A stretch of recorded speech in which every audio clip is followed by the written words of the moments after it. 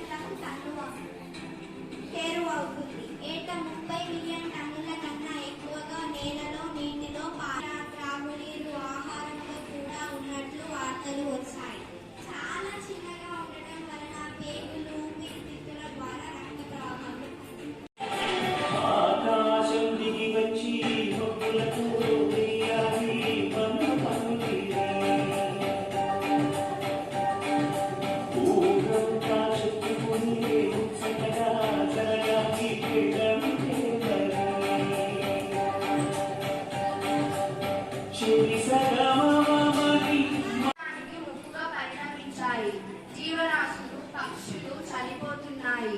చివరికి సముద్ర జలాల్లోని ప్రాణులకు ప్రాణాంతకంగా మారాయి. నీటి ప్రవాహానికి అడ్డుపడుతున్నాయి. మనము ఇలాగే ప్లాస్టిక్ ను వాడుతూ పోతే ప్లాస్టిక్ భూమికి ఒక పొరలాగా ఏర్పడుతుంది. గ్లోబల్ వార్మింగ్ ఎక్కువయ్యి వాతావరణంలో తీవ్ర మార్పులు రావచ్చు.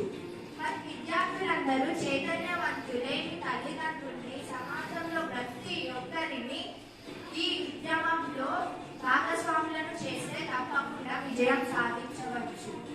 మరి విద్యార్థులందరూ సింగిల్ యూజ్ ప్లాస్టిక్